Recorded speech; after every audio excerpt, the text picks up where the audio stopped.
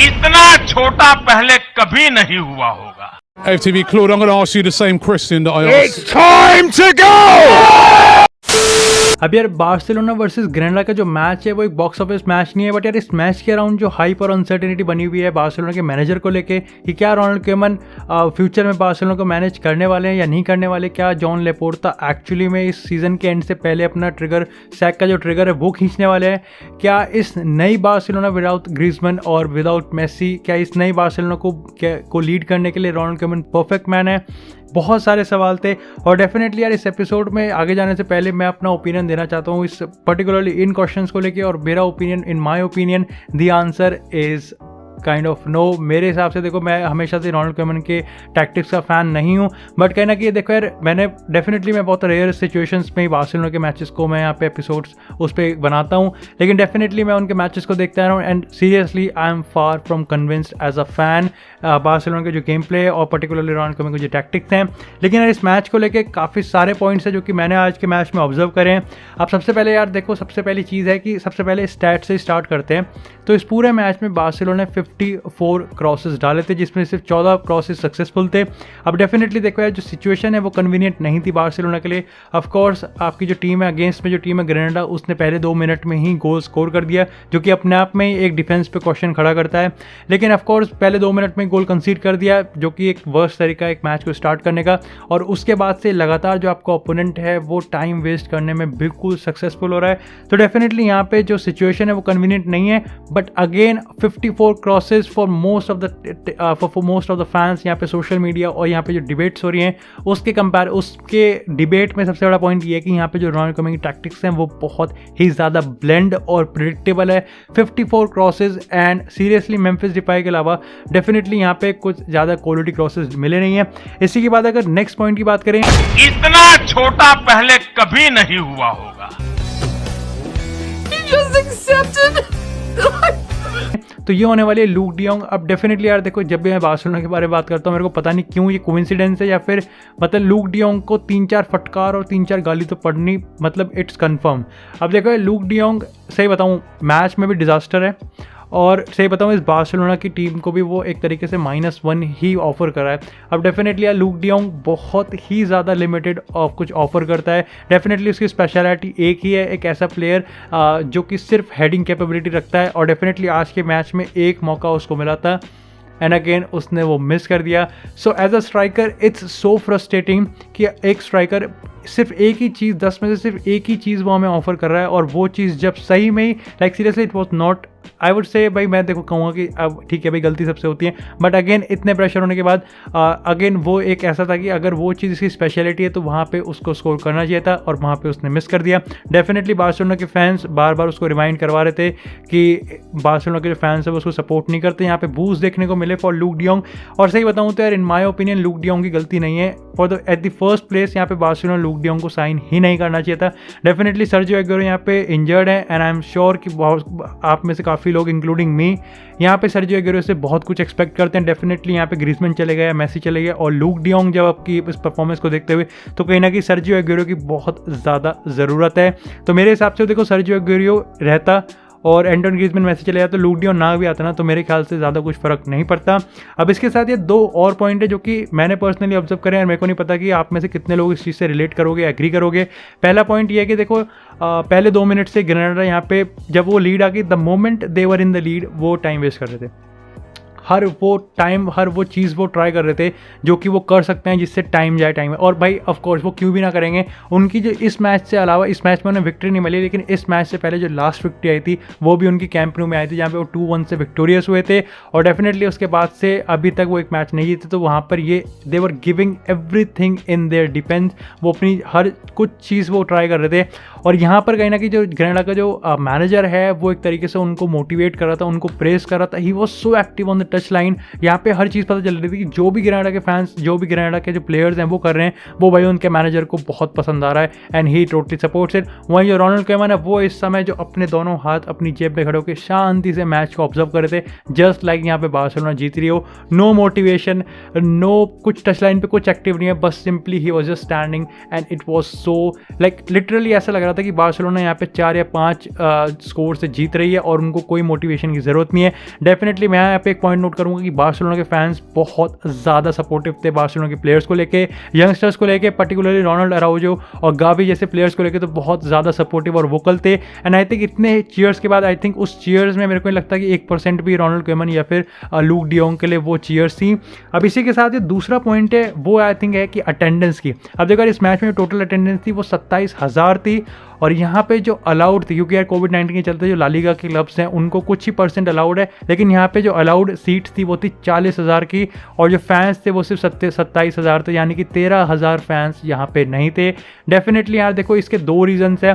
सबसे पहली चीज़ तो देखो यहाँ पे इकोनॉमिक फैक्टर यहाँ पे आ रहा है। ऑफकोर्स बार्सिलोना के लिए भाई थोड़ी सस्टेन इकोनॉमी की तरफ जा रहे हैं, लेकिन उनके लिए टिकट सेल्स बहुत ज़्यादा इंपॉर्टेंट है और उनके लिए क्या सबके लिए टिकट सेल्स बहुत ज़्यादा इंपॉर्टेंट होती है। और ऐसे में 13,000 फैंस नहीं आ रहे, यानी कि ऐसे मैच को अगर आप जब 40,000 में से आप 27,000 रहते हो तो मेरे को जहाँ तक लगता है कि कैंप न्यू की 1 लाख या 1 लाख के आसपास की उनकी फुल हाउस की कैपेसिटी है। आप बॉक्स ऑफिस कैसे भरोगे अपने रियलिटी मैचेस में? डेफिनेटली हर दिन तो नहीं होने वाला एथलेटिको मैड्रिड वर्सेस बार्सिलोना या फिर एल क्लासिको या फिर चैंपियंस लीग के मैचेस, तो ला लीगा मैचेस में फैंस का टर्नआउट बहुत ज़्यादा इंपॉर्टेंट है। अब इसका दूसरा फैक्टर बहुत ज़्यादा इंपॉर्टेंट है और वो ये है कि देखो जो बार्सिलोना के फैंस हैं they are not liking what is happening in the Barcelona की ऑन पिच और ऑफ पिच परफॉर्मेंस और जो ऑन ऑफ पिच जो सिचुएशन चल रही है उसको बार्सिलोना के फैंस बिल्कुल भी सपोर्ट नहीं करते and this might be the reason क्यों एक्चुअली में वो टर्न आउट नहीं करे स्टेडियम्स में सपोर्ट करने के लिए। और ये चीज़ बहुत ज़्यादा इंपॉर्टेंट है और ये चीज़ कहीं ना कहीं आने वाले टाइम में जॉन लेपोर्टा और बार्सिलोना के बोर्ड पे एक एक्स्ट्रा प्रेशर डालने वाले हैं कि वो एक चेंज लेके आए, because now the Barcelona fans are not in the mood to मतलब एक तरीके से सहन करने के टॉलरेंस वाले मूड में नहीं है।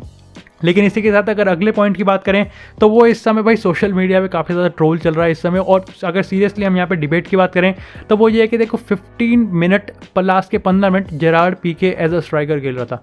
अब देखो यार यहाँ पे ऑफकोर्स हम यहाँ पे ट्रोल नहीं करने वाले, यहाँ पे हम इस पर एक फैक्चुअल बात करेंगे, स्ट्रेटेजिकली बात करेंगे और 3 पॉइंट्स यहाँ पे मैं एक्चुअली में फिगर आउट कर पाया हूँ। 2 पॉइंट्स हैं कि क्यों भाई ऐसा हुआ होगा। अब देखो यार डेफिनेटली ऑफकोर्स यहाँ पे जो चीज़ें ऐसे बताए 54 क्रॉसेज यहाँ पे बार्सिलोना ने इस मैच में डाले हैं और जैसा मैंने कहा कि रोनाल्ड कोएमन भाई पूरे मैच में मेरे को लगा कि रोनाल्ड कोएमन ने जरा सा भी जो सिस्टम है उसको चेंज करने की कोशिश करी है। The style of the game was same regardless of the formation. लेकिन यहाँ पे क्योंकि ऑफकोर्स यहाँ पे लूक डियोंग है, रोनाल्ड अराउजो जो कि मैन ऑफ द मैच है एंड उसकी तारीफ अभी हम करेंगे, लेकिन तीसरा प्लेयर था Gerard Pique who was very good in the air, तो इसलिए यहाँ पे कहीं ना कहीं 15 मिनट तक उसको खिलाया गया एज अ स्ट्राइकर। अब अगेन यहाँ पे देखो चीज़ें ऐसा है, लेकिन देखो इन माय ओपिनियन यहाँ पे अगेन रोनाल्ड कोएमन की एक चीज़ यहाँ पे वीकनेस सामने आती है कि देखो आपने ठीक है, मैं आई टोटली सपोर्ट कि भाई आपने जेरार्ड पीके को उस वजह से खिलाया गया है, तो 1 minute 2 minute 3 minute 4 minute 5 minute 6 minute नहीं काम करा, 10 मिनट नहीं काम किया, बट ये चीज़ चल रही थी तब तक एंड तक अप अंटिल रोनाल्ड अराउजो केम इन।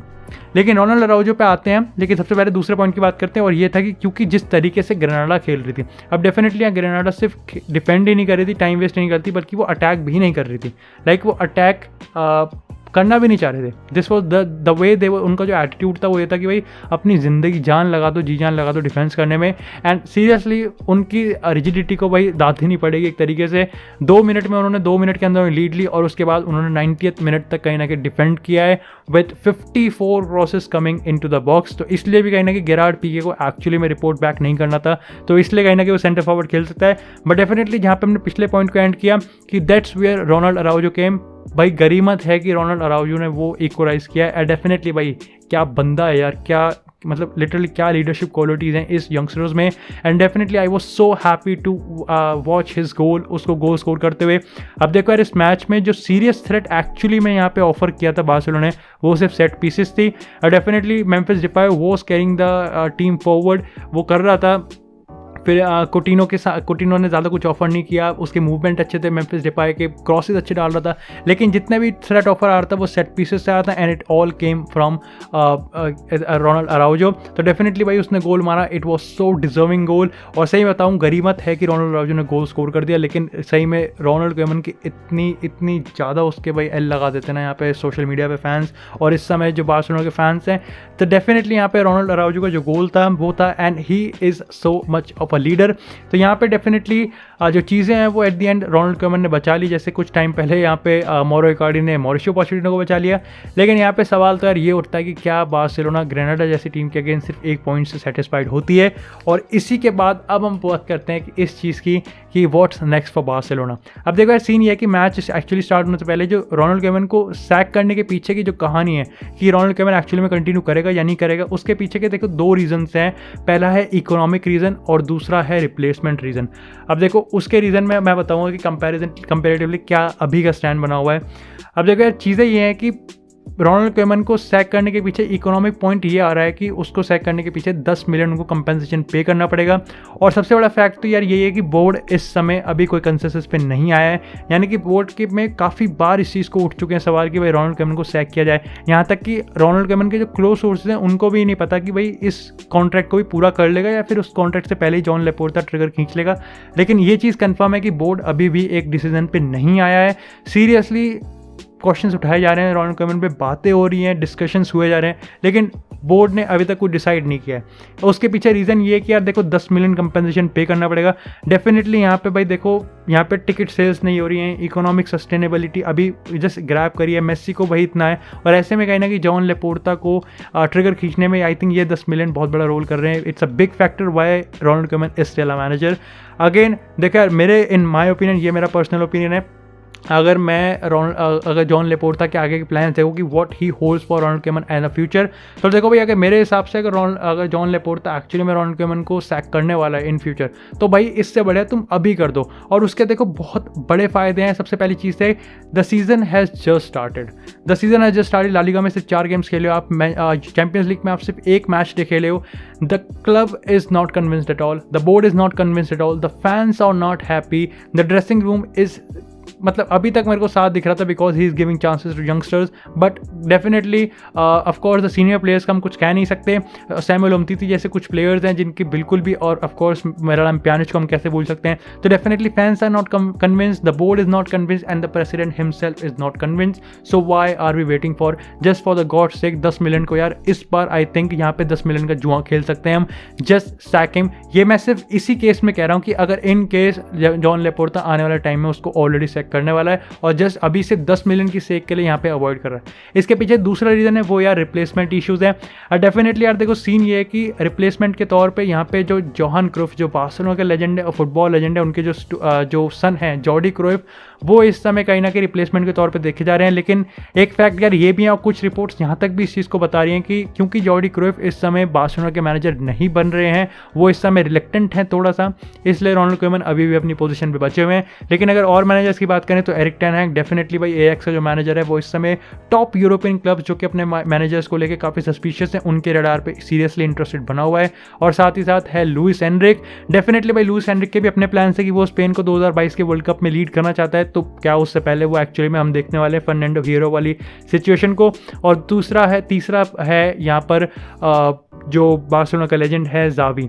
डेफिनेटली ज़ावी इस समय कहीं ना कहीं अगेन सिचुएशन काफ़ी ज़्यादा कॉम्प्लिकेटेड है, वो यहाँ पे ज्वाइन करना चाहते हैं। अगेन बार्सिलोना कितना ज़्यादा इन्वेस्ट अपने कन्विंस कर रही है कि वो ज़ावी को लेके आए ऐसे पॉइंट ऑफ टाइम पे।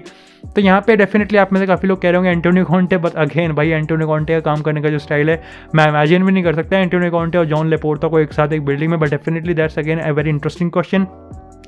अब देखो यार सीन यहाँ पर ये है कि यहाँ पे अब देखो मैं ना चाहते हुए भी और जितना हो सके मैं उतना एज ए न्यूट्रल फैन की तरह बात करते हुए भी देखो यहाँ पे मेरे ख्याल से ऑफ कोर्स इसमें कोई दो राय नहीं कि मैं रोनाल्ड कोएमन के अगेंस्ट ही इस पूरे एपिसोड में बोलता हुआ आया हूँ। लेकिन लेट्स जस्ट टॉक कि भाई क्यों, भाई एक रोनाल्ड कोएमन के पर्सपेक्टिव से भी देखते हैं कि भाई क्यों, भाई क्या रीजन है कि वो अभी तक बचा हुआ रहा और शायद से वो बच सकता है। तो ऑफकोर्स देखो भाई, ऑफकोर्स रोनाल्ड कोएमन ने प्रेस कॉन्फ्रेंस में ब्ला ब्ला ब्ला करके कह दिया कि भाई देखो एक ऐसी टीम सामने खेल रही है जो कि सिर्फ 2 मिनट से बॉल बाहर फेंक रही है, इंजरी का बहाना लगा रही है, ये कर रही है, वो कर रही है। And again I was very shocked कि ठीक है उसने इनडायरेक्टली तारीफ करी अपनी टीम की, रोनाल्ड अराउजो वाले प्लेयर्स की तारीफ करी है, लेकिन इनडायरेक्टली कहीं ना कहीं ऐसा हिंट मिल रहा था कि वो ये कहना चाह रहा था रोनाल्ड कोएमन कि भाई देखो 1 पॉइंट मिल गया ना, दैट्स इस टीम के साथ 1 पॉइंट अगेंस्ट। तो वहाँ पे ये चीज़ है कि अगेन मैं ओले गुनार सोल्शायर जैसी चीज़ यहाँ पे बोल रहा हूँ कि रोनाल्ड कोएमन का सेटिस्फैक्शन लेवल ये है कि ठीक है ग्रेनाडा के अगेंस्ट ग्रेनाडा के अगेंस्ट 1 पॉइंट हमने अर्न किया ना, ये हमारे एटीट्यूड को और ये हमारे एम्बिशंस को साफ साफ दिखाता है। Come on man, you are Barcelona भाई, यहाँ पे टाइटल कंटेंडर की बात होनी चाहिए हमारी।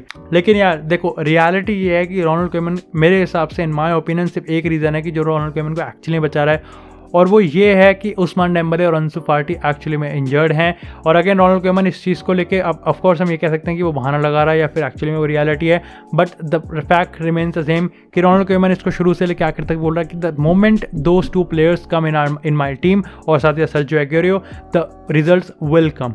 अब डेफिनेटली यहाँ पे वो रिजल्ट्स विल कम किस चीज़ को कह रहा है कि यहाँ पे हम ये मैचेस जीत जाएंगे, ग्रेनाडा के अगेंस्ट परफॉर्म करेंगे, या फिर हम टॉप चैंपियंस लीग के जो कंटेंडर्स हैं उनके साथ बढ़ जाएंगे। भाई इसमें बहुत ज़्यादा डिफरेंस है, they have to be things clear. अब यहाँ पे देखो यार, the bottom line is this, the conclusion is this कि आई थिंक यहाँ पर जॉन लेपोर्टा यहाँ पे रोनाल्ड कोएमन को इस हफ्ते के एंड तक 2 मैचेस हैं उसको टाइम दे सकता है। बट अगेन यहाँ पे इन माय ओपिनियन ये चीज़ बहुत इंटरेस्टिंग है देखने वाली कि क्या जो जॉन लेपोर्टा है वो वेट करने वाला है कि उस्मान डेम्बले और अंसु फाटी वापस से टीम में आए and he is going to observe कि क्या रोनाल्ड कोएमन एक्चुअली में डिलीवर करता है या नहीं करता है। लेकिन ये अभी देखने वाली बात है। बट अगेन यहाँ पे इकोनॉमिक बात करें कि 10 मिलियन कंपोजिशन पे करने के बचाने के चक्कर में अगर रोनाल्ड कोएमन को है तो आई थिंक यहाँ पे चीज़ें बहुत भारी हो सकती हैं। But again I just hope कि भाई रोनाल्ड कोएमन आने वाले मैचेस में एक perfect display they and he saved his job. But other than that I think Barcelona को सैक कर देना चाहिए because the season is just under way, और सीज़न के मिड से ज़्यादा बेटर है कि सीज़न की शुरुआत में ही सैक कर दो और एक नई डायरेक्शन के साथ आगे जाओ। बाकी यही था मेरी तरफ से इस एपिसोड में, काइंड ऑफ अनस्क्रिप्टेड भी थी, काइंड ऑफ स्क्रिप्टेड भी थी, लेकिन इसको एक तरीके से मैंने अनस्क्रिप्टेड बनाने की पूरी कोशिश की है। तो आई होप आपको ये एपिसोड पसंद आया, और अगर एपिसोड पसंद आया तो वीडियो को लाइक करें, चैनल को सब्सक्राइब करें। बाकी इसी तरह आपको फुटबॉल से कॉन्टेंट इस चैनल पर मिलता रहेगा, और साथ ही साथ मेरे डिस्कॉर्ड सर्वर को अगर आपको एक फुटबॉल कम्युनिटी 24/7 इंटरैक्शन चाहिए तो आप मेरे डिस्कॉर्ड सर्वर को ज्वाइन कर सकते हैं, link in the description and the pin comment. साथ ही साथ do make sure you join our live stream and support the channel. तब तक के लिए stay safe, stay tuned, and I will see you in the next video.